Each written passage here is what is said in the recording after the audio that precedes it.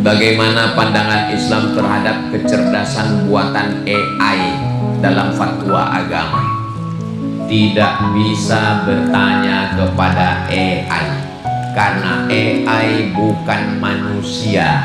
Yang bisa berfatwa itu pertama manusia, kedua muslim, ketiga berilmu, keempat bermazhab. Kamu bertanya kepada siapa? Kepada muslim, berilmu. Ya, apa mazhabnya? Mazhabnya mazhab Imam Syafi'i, karena kita di Nusantara ini mazhabnya mazhab Syafi'i. Sedangkan AI bukan manusia, bukan muslim, tidak bermazhab, gak bisa bertanya. Hukum merokok setelah wudhu. Menurut Muhammadiyah merokok haram.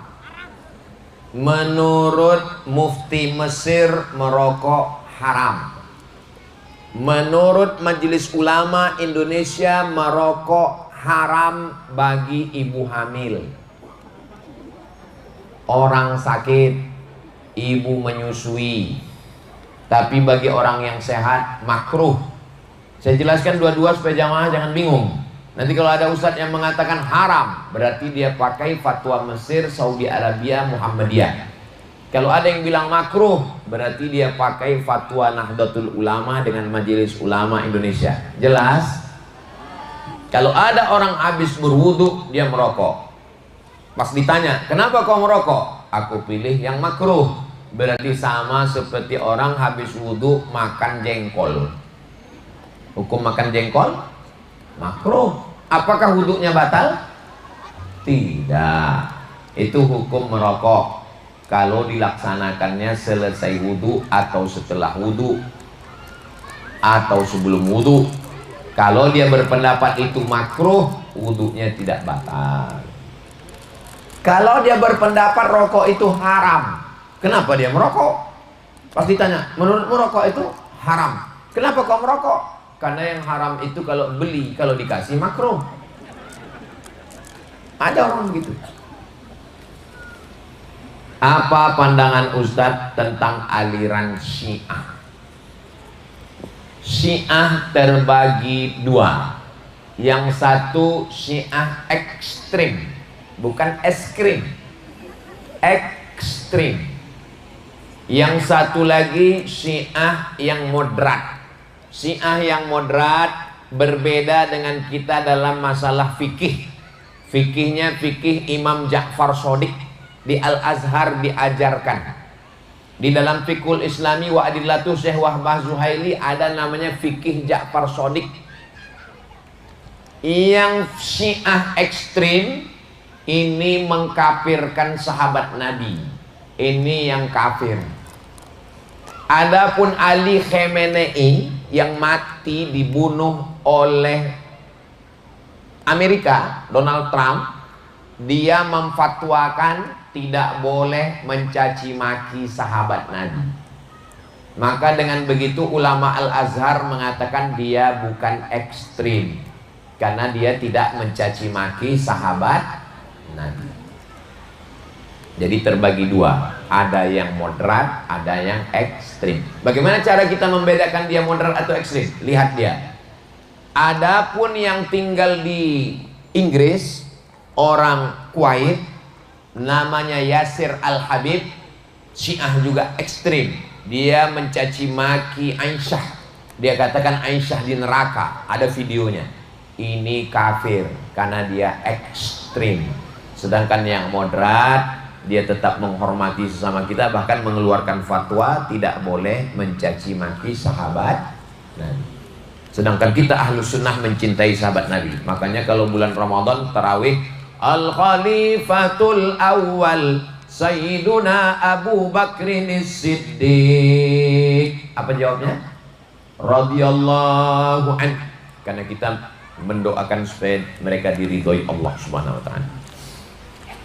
Bagaimana pandangan Islam terhadap kecerdasan buatan AI dalam fatwa agama?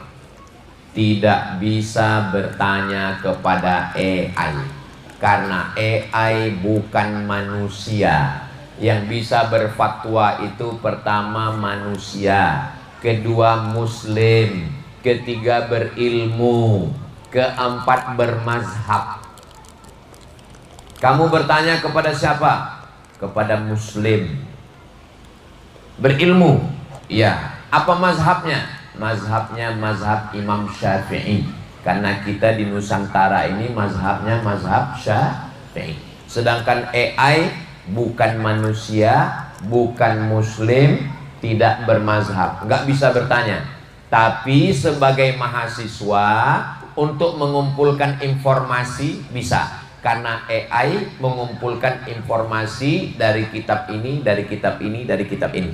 Dia sebagai alat bantu, bisa sebagai alat bantu. AI itu sebagai alat bantu tukang cari informasi. Hai AI, iya saya, katanya suara perempuan. Tolong carikan saya pendapat ulama tentang hukum rokok. AI mengumpulkan pendapat menurut mufti Mesir, menurut mufti Yordania, menurut mufti. Nah, dia hanya sekedar mengumpulkan informasi, tapi untuk berfatwa AI tidak bisa. Maka bertanya ke dalam Quran, fas'alu ahla dzikri, bertanya kepada ulama in kuntum la ta'lamun.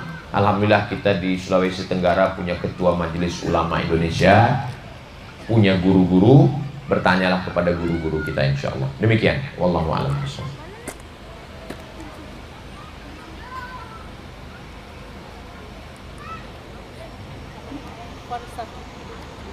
Ini bisa sampai subuh nih.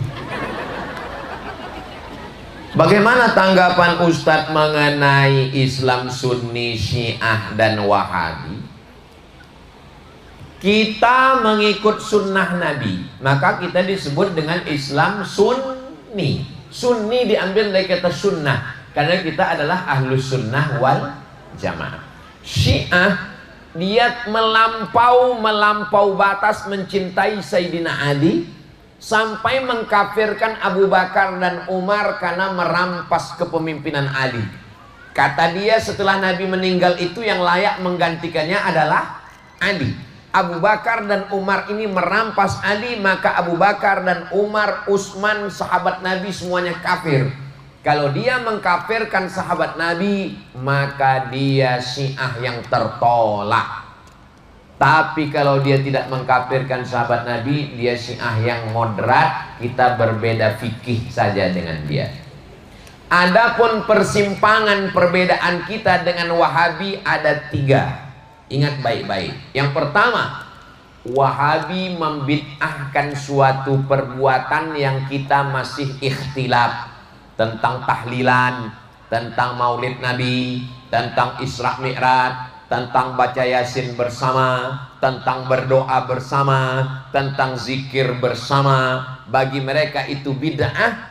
Kalau bid'ah berarti sesat, kalau sesat masuk neraka. Maka menurut mereka Abdul Somad ini pelaku bid'ah, sesat, masuk neraka. Karena Abdul Somad baca Yasin bersama, karena Abdul Somad maulid Nabi, karena Abdul Somad berzikir bersama, karena Abdul Somad berdoa bersama. Padahal ini masih masalah khilafi.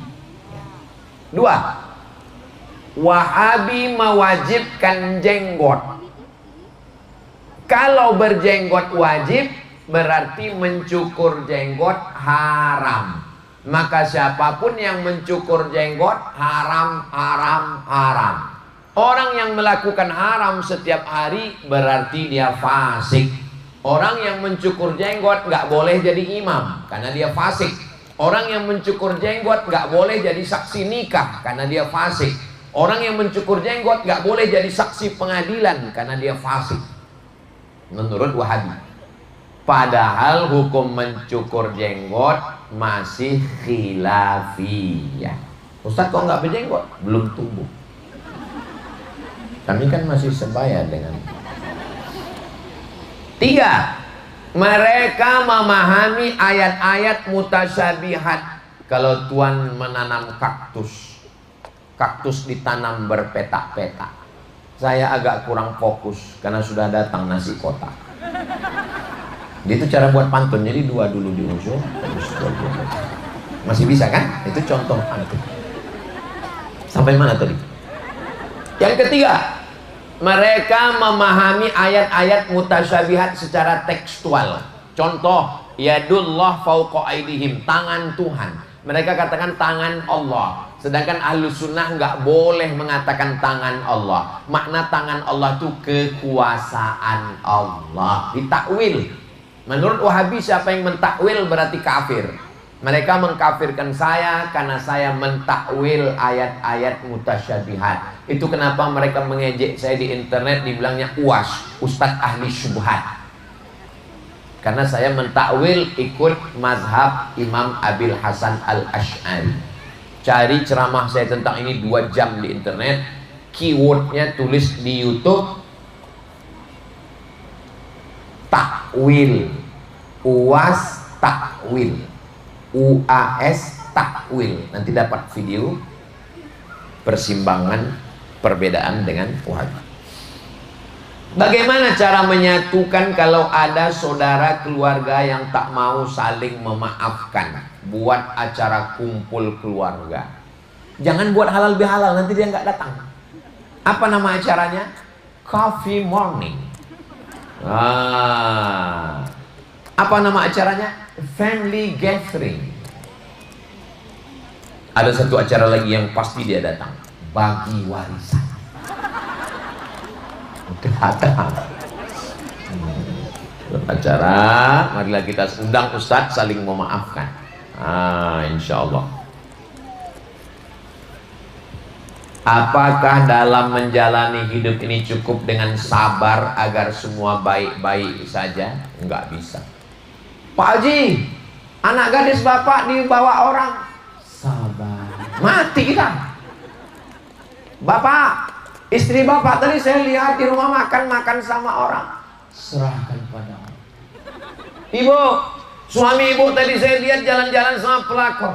Sabar, itu bukan sabar. Bodoh.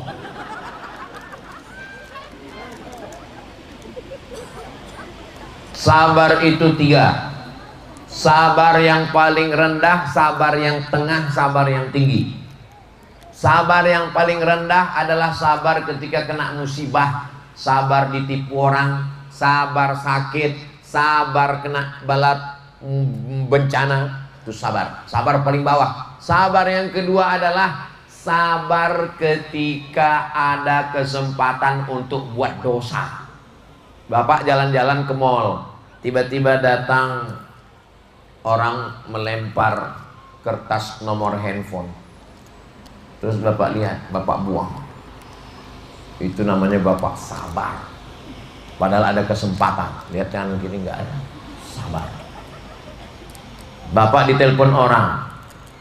Temuin aku di sini ya sayang. Aku orang sabar, setan. Sabar. Sabar.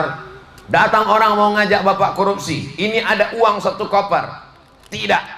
Katakan tidak pada korupsi.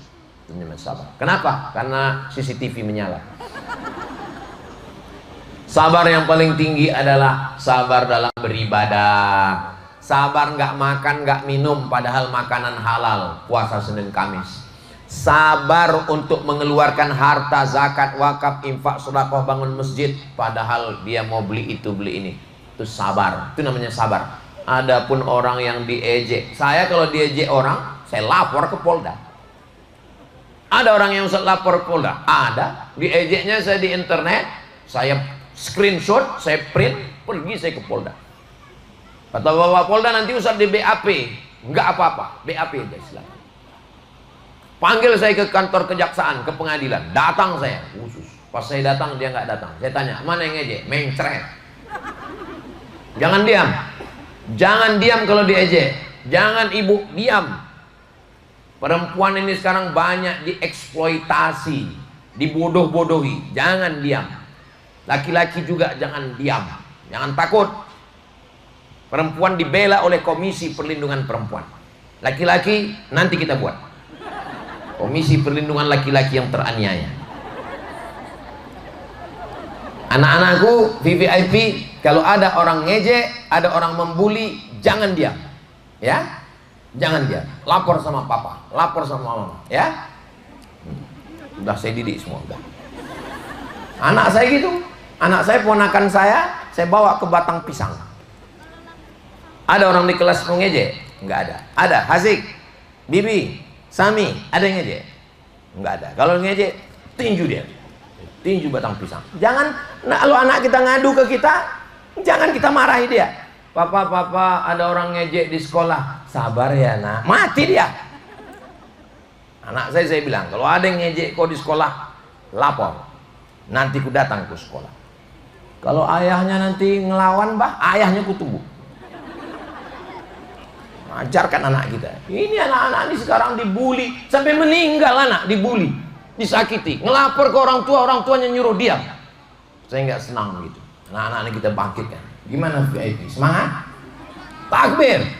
Nah, masih semangat.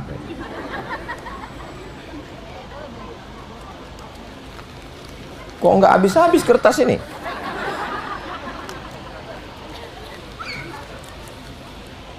Sholat fajar dilakukan sebelum azan subuh.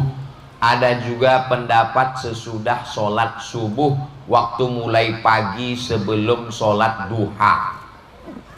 Dengar baik-baik, Bapak Ibu masih fokus. Sholat sunat fajar, nama lainnya sholat qobliyah subuh. Bagi yang pakai usolli sunnatas subhi rak'ataini qobliyatan, atau usolli sunnatal fajri. Namanya dua, orangnya satu.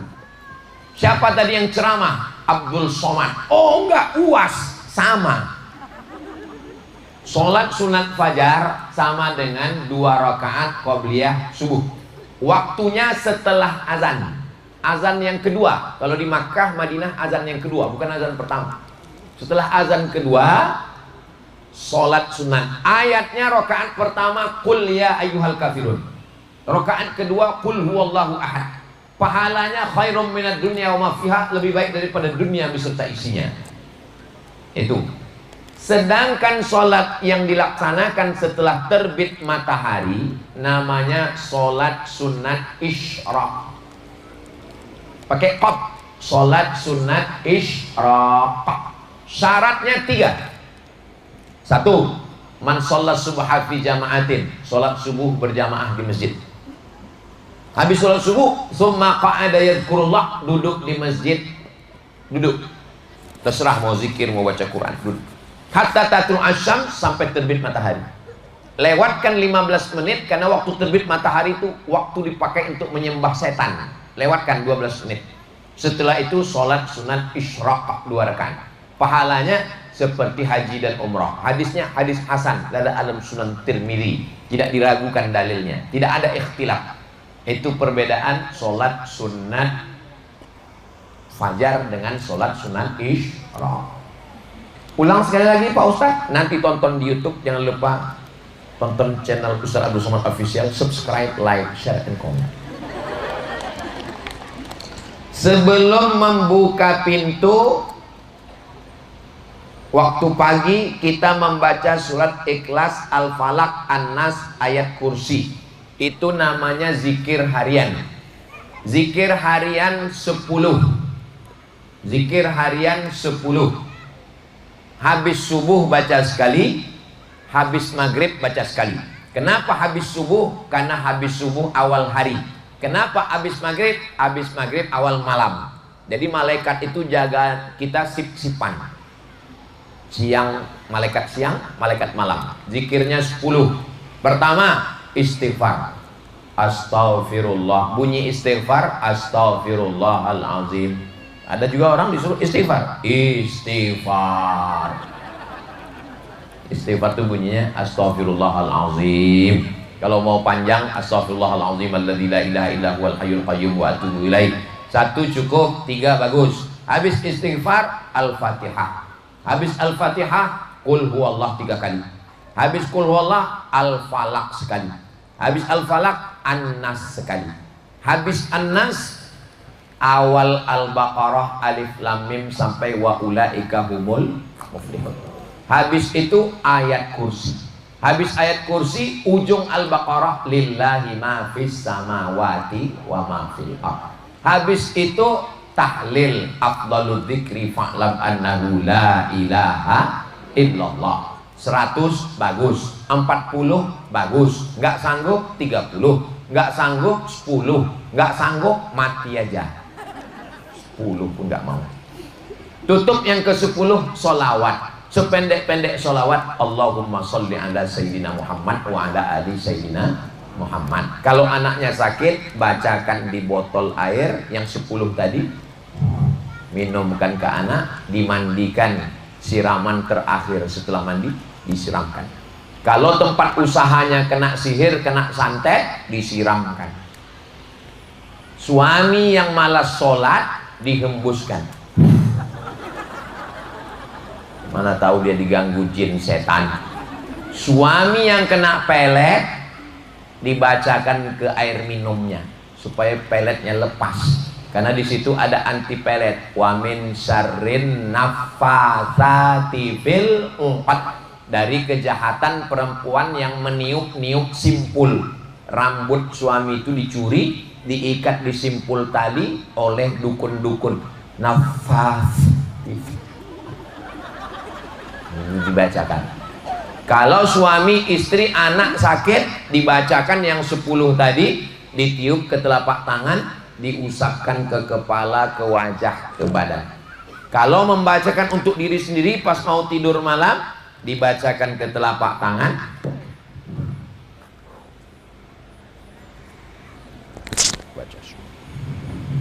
kalau suami, istri, anak di ruang ICU nggak bisa bergerak lagi, dibacakan ke telapak tangan, diusapkan ke kepala, ke badan. Itulah kau dulu mabuk sakau, sekarang nah, mati aja kau dulu. Aku juga mendoakan kau sekarang kan. Dulu kau sombong, mentang-mentang kau sehat. Nah sekarang mana selingkuhan kau itu? Orangnya nggak ada, di sini baik-baik semua. Jelaskan kondisi mayat. Hah? Langsung cerita mayat ini. Ketika dalam keadaan syariat, hakikat, tarikat, makrifat. Syariatnya ruhnya keluar dari jasad. Waktu ruh ini keluar dari jasad, maka itu namanya mati. Kapan mati menurut syariat? Saat ruh keluar dari jasad. Hakikat adalah ketika orang tidak lagi merasa ada dirinya. Saat itu dia sudah sampai pada level la haula wala quwata illa billah. Saat itu dia sudah mematikan dirinya. Abdul Somad ini ada, tapi ketika saya mematikan kuasa saya, yang ada hanya kuasa Allah. Tapi bukan berarti saya menyatu dengan Allah, na'udzubillah. Itu kalau sampai menyatu sama Allah, kafir. Tapi dia sudah meniadakan dirinya. La ilaha illallah. Tarikat itu artinya jalan. Ketika guru membaiatkan talqin ke dia, dipakaikan pakaian kain kafan, dibisikkan ke telinganya oleh guru, la ilaha illallah, kata gurunya. Pada saat itu dia namanya Rabitatul Qabri. Rabitoh artinya mengikatkan hatinya dengan gurunya, mengikatkan hatinya dengan alam kubur. Dia membayangkan dirinya sedang dikafani, sedang dimandikan, sedang di alam kubur supaya dia lebih dekat kepada Allah Ta'ala. Saat itu dia mati secara hakikat. Secara ma'rifat, apa mati? Apa mati sudah tak ada kita lagi? Nurun yaqdzifullahu fi qalbi abdi. Ketika cahaya ditembakkan ke hati seorang hamba saat dia sedang larut dalam zikirnya la ilaha illallah atau zikirnya Allah Allah Allah Allah Allah, lalu dia melihat dalam mata batinnya ada cahaya. Tapi jangan gara-gara ini lalu kemudian besok pagi banyak mengaku cahaya. Tadi malam Ustaz, pas jam 2 malam saya lihat badan istri saya itu bercahaya. Itu bukan cahaya, istrimu sedang memeriksa handphone. Bercahaya kan badan dia? Iyalah, handphonemu sedang diperiksanya. Kalau mengalami seperti itu dalam zikir, jangan diceritakan ke orang banyak. Itu bukan menjadi konsumsi publik. Ceritakan kepada syekh mursyid pembimbing.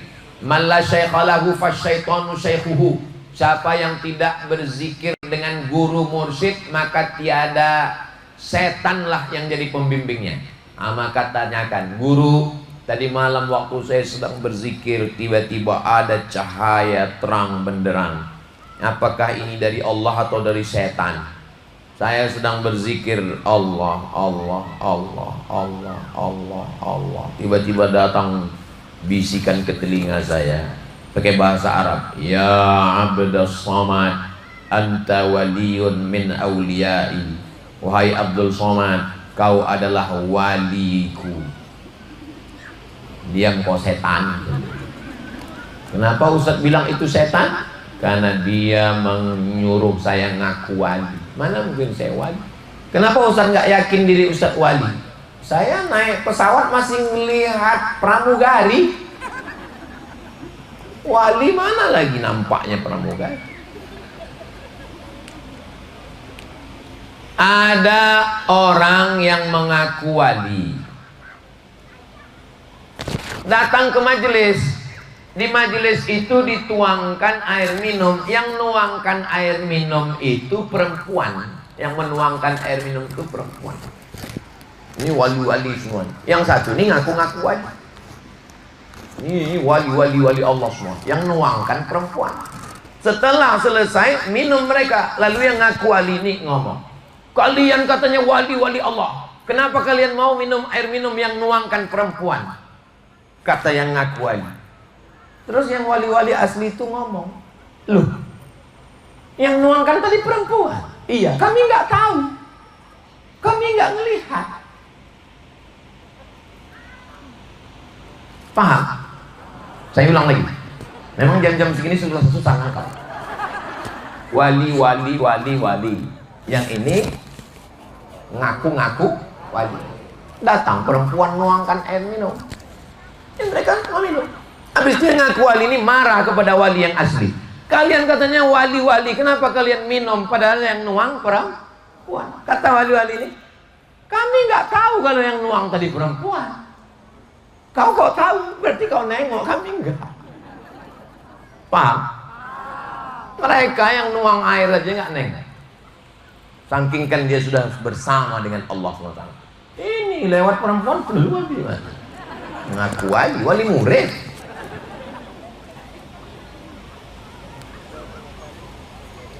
Ciri-ciri wali malamatiyah. Malam diambil dari kata lama yalumu. Lama yalumu artinya mengecam, mengejek, mengolok. Malamatiyah menampilkan diri seolah-olah seperti orang jahat, diejek, diolok. Supaya semakin diejek orang, diolok orang, disingkirkan orang, dihinakan orang, semakin dia merasa dekat dengan Tuhan. Pernah dia pulang ke kampung pakai jubah, pakai sorban. Oh, tangannya dicium orang, dimuliakan orang. Habis itu dia pulang ke kampung nggak pakai jubah, nggak pakai sorban, biasa, dihinakan orang. Saat dia dihinakan orang itu dia merasa dekat dengan Allah. Saat dia sedang duduk di atas ini, diakui sebagai ulama, dibuat gambarnya, dibuat profesor doktor, muncul rasa ujubnya, rasa kagumnya, rasa takburnya. Jauh dia dari Allah. Itu jenis namanya malamatiyah. Tapi jangan ngaku-ngaku. Jangan nanti ada orang yang minum khamar pasti tanya, kok minum khamar? Semakin terhinakan dekat dengan Allah. Ini bukan malamatiyah, ini malam-malam hantu ini. Jelaskan sedikit tentang kitab Al-Hikam. Ada seorang ulama namanya Imam Ibnu Athaillah As-Sakandari. kuburnya di Kairo. Saya sudah ziarah ke makamnya. Nanti panjang umur insya Allah kita pergi ke Mesir ziarah ke makam Ibnu Athaillah As-Sakandari. Dia mendapatkan bisikan-bisikan ilham ke dalam hatinya, hikmah. Maka disusunlah satu kitab namanya kitab Hikam Ibnu Athaillah As-Sakandari. Ustadz mendapatkan ijazah kitab ini dari mana? Saya mendengar kitab ini dari Syekh Yusri Jaber. Waktu beliau datang ke Pekanbaru membacakan kitab ini, kitab Hikam Ibnu Athaillah As-Sakandari, dia dari gurunya. Begitu juga saya mendengarkan dapat ijazah dari guru-guru yang lain. Kasih kami contoh salah satu dari hikmah Ibnu Athaillah As-Sakandari. Al-man'u minallahi ihsan wal ata'u minal insani hirman. Kata beliau, al ata'u minal insan hirman wal man'u minallahi ihsan. Pemberian dari manusia itu sebenarnya ketiadaan, tapi Allah menahan sesuatu boleh jadi kebaikan. Susah menangkapnya. Kalau kita dikasih manusia, dikasih orang, boleh jadi itu ketiadaan. Karena boleh jadi kita akan hanyut dengan pemberian, kita menjadi ketergantungan, kita terjebak dalam banyak hal. Tapi boleh jadi ada suatu nikmat yang ditahan oleh Allah. Al-man'u minallahi ihsan. Boleh jadi kita menginginkan sesuatu, ditahan Allah, tapi sebetulnya itu baik untuk kita. Kalau nggak dikasih contoh, susah. Contoh begini. Ibu minta suami yang mancung, yang putih, yang ganteng, yang six pack, yang tinggi, yang rambutnya pirang. Lalu Allah nggak ngasih seperti itu. Lalu ibu menuduh Allah. Kenapa nggak ngasih nggak Allah? Al-man'u minallahi ihsan. Justru dengan nggak dikasih Allah itulah ihsan. Karena kalau dikasih Allah seperti itu, ibu stres. Sebentar-bentar ibu tanya, di mana? Pulang jam berapa? Jalan sama siapa? Tapi dengan nggak dikasih Allah, ibu tenang. Betul Pak Ustaz. Justru dengan suami saya yang hitam manis nih, saya nggak terlalu peduli. Mau diambil orang, ambillah. Mau pulang ya nggak apa-apa, nggak pulang nggak saya pikirkan Pak Ustaz. Ini titipan Allah, ambillah titipanmu ini ya Allah. Nah, itu namanya al-man'u minallahi ihsan. Boleh jadi Allah menahan sesuatu. Susah menangkap karena itu bisikan halus ke dalam hati Imam Ibnu Athaillah As-Sakandari. Dia sezaman dengan Ibnu Taimiyah. Tarekatnya Syaziliyah. Ada tarekat namanya Syaziliyah, Imam Abul Hasan Asy-Syazili. Habis. Akhir majelis, mari kita berdoa kepada Allah Subhanahu wa taala biar saya bawa pulang. Takutnya nanti kalau diambil panitia dicek siapa yang bertanya yang belum suami tadi. Mudah-mudahan kita semua istiqomah iman dan Islam. Mudah-mudahan kita semua keluarga kita sakinah mawaddah warahmah. Anak-anak kita soleh dan solihah. Yang belum ketemu jodoh dijumpakan dengan jodoh yang baik-baik, bisa menjadi imam bagi keluarganya. Sohibul bait Bapak Afdal beserta Ibu Selin dan Ibunda diberikan balasan kebaikan karena mereka sudah mengumpulkan kita malam ini. Rezekinya berkah, keluarganya berkah, umurnya berkah. Ala hazihin niat, untuk niat yang baik. Al-Fatihah. A'udzubillahi minasyaitonirrajim. Bismillahirrahmanirrahim. Alhamdulillahirabbil alamin arrahmanirrahim maliki yaumiddin. Iyyaka na'budu wa iyyaka nasta'in. Ihdinas shiratal mustaqim. Shiratal ladzina an'amta 'alaihim ghairil maghdubi 'alaihim waladdallin. Amin.